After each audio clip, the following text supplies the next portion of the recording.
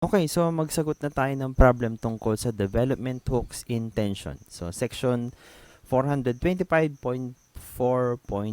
So, sabi niya dito, are the coated are the uncoated 325 mm bars shown anchored sufficiently with their 90-degree hooks? So, tinatanong niya kung sapat ba itong hook nito, itong LDH na nakalagay dito sa code natin. Okay? Kung sapat ba. Yun lang yung tanong niya, kung sapat o hindi.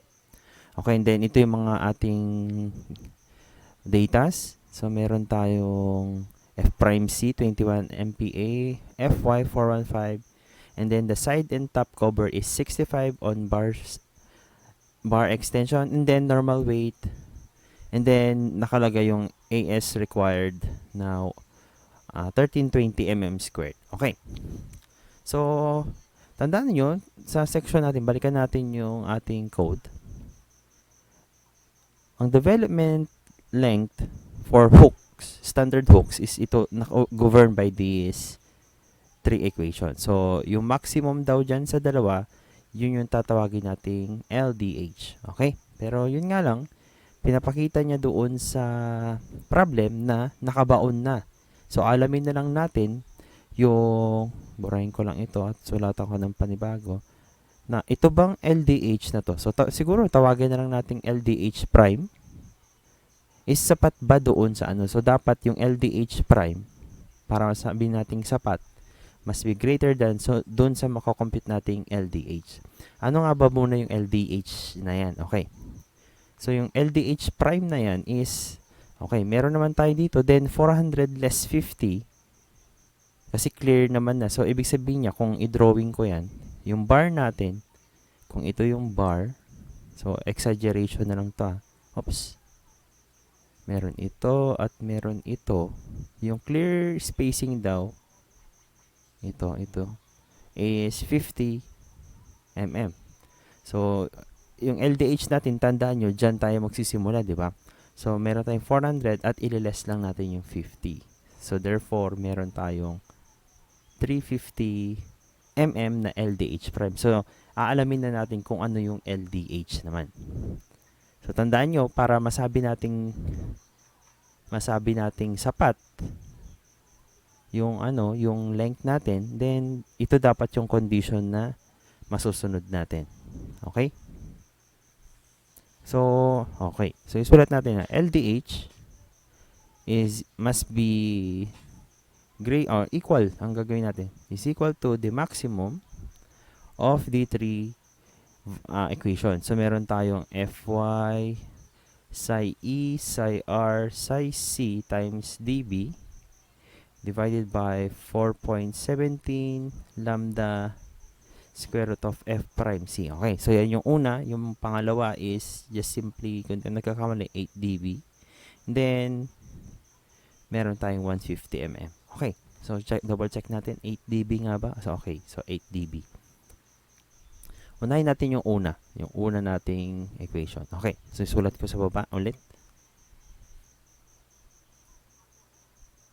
Okay, so ayun nga, alam naman na natin ito. So ito yung mga known values natin. So Fy meron na tayo, F prime C meron na din, dB meron na din, lambda madali lang yan, di ba? It's either 0.75 or 1 yan. Pero i-check natin tong mga factors natin. So balik tayo doon, balik tayo sa table natin.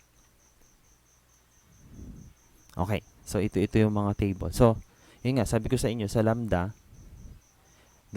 halos dalawa lang lagi pagpipilian. Pero sabi ng we have a normal weight. Palit tayong kulay para, oops, sabi natin ito na lang.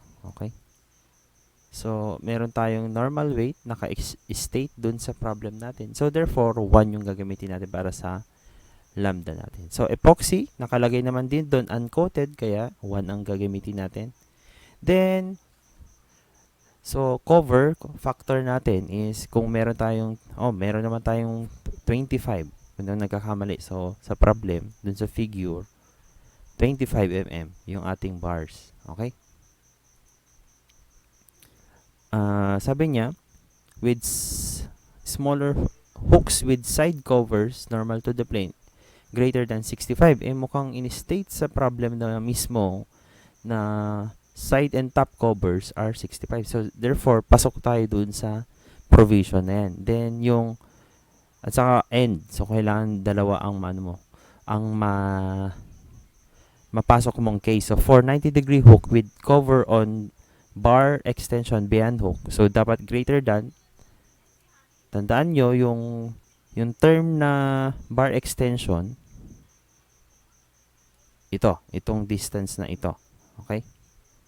Yan yung bar extension natin. So, balikan natin. Dapat greater than daw sa 50. Kita nga, nakalagay na din. So, therefore, pwede natin gamitin yung factor na 0.7 or we can reduce our length by 30%.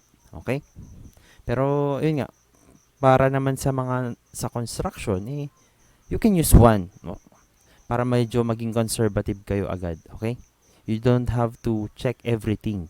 Kung sabihin na natin masyadong tedious yung gawain yun, edi you can choose 1. Then, confining reinforcement, wala siyang masyadong binigay na detail in terms sa stirrups. So, therefore, hindi natin masusunod itong 0.8. Okay? So, masusunod natin is 1. Okay. So, sulat natin. So, sulat na natin lahat. So, Fy, meron tayong, what is the value again? So, meron tayong 415. So, meron tayong 415. Yung epoxy coated, meron tayong 1. Yung cover, meron tayong 0.7, di ba? Then the confining reinforcement 1. Then meron tayong diameter na 25 over 4.17 times lambda natin is 1, then square root of 21. So therefore, meron tayong 380.05, sabihin na natin, mm. Okay. Ngayon, mukhang hindi yata sapat. Pero, mapapansin nyo dun sa problem, meron siyang binanggit na AS required. So, kung matatandaan nyo, di ba pwede tayo mag-multiply ng reduction factor na sabi niya, so, yung LDH mo can be multiplied by a reduction factor na kung saan itong reduction factor composes of the AS required divided by the AS provided. Okay, so kasi karaniwan naman ang required it's mas maliit siya kumpara doon sa provided. Kasi 'di ba, dinidivide natin sa area ng bar, nira-round up natin karaniwan yung provided. Kaya, yung required will always be small compared to provided. So, therefore, lalagay natin, so meron tayong 380.05 multiplied by, yung required na sinasabi niya, meron tayong 1320. Then, meron tayong tatlong 25 mm. As provided bars squared by over 4. So, therefore, yung LDH multiplied by this factor is equal to, so, meron tayong 340.66 or round up at least 345 mm. Okay, so compare natin doon sa ating LDH prime, which is the actual. So, may nakuha tayong 350. So, therefore,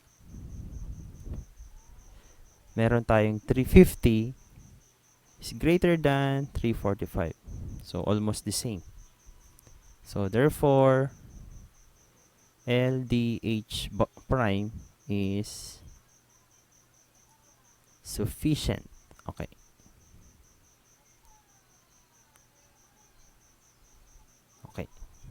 Okay. Ngayon, sa mga sa mga nasa construction or nagde-design, you don't have to always multiply by itong factor na to. Hindi mo kailangan i-multiply lagi, okay? Kasi meron sa code naka-state doon na kapag nasa seismic zone 4 ka, which is most of the parts of the Philippines, you don't need to, or it is not permitted to multiply this factor. So, yun nga, hindi natin din pwedeng gamitin. Pero para sa mga nagbo-board, kailangan. Kasi kung stated sa problem, may sinasabi siya, kailangan mo siyang i-multiply doon sa ano. Hindi naman niya ilalagay yan kung hindi niya gagamitin. Okay? So, that's it for this problem. So, thank you for listening.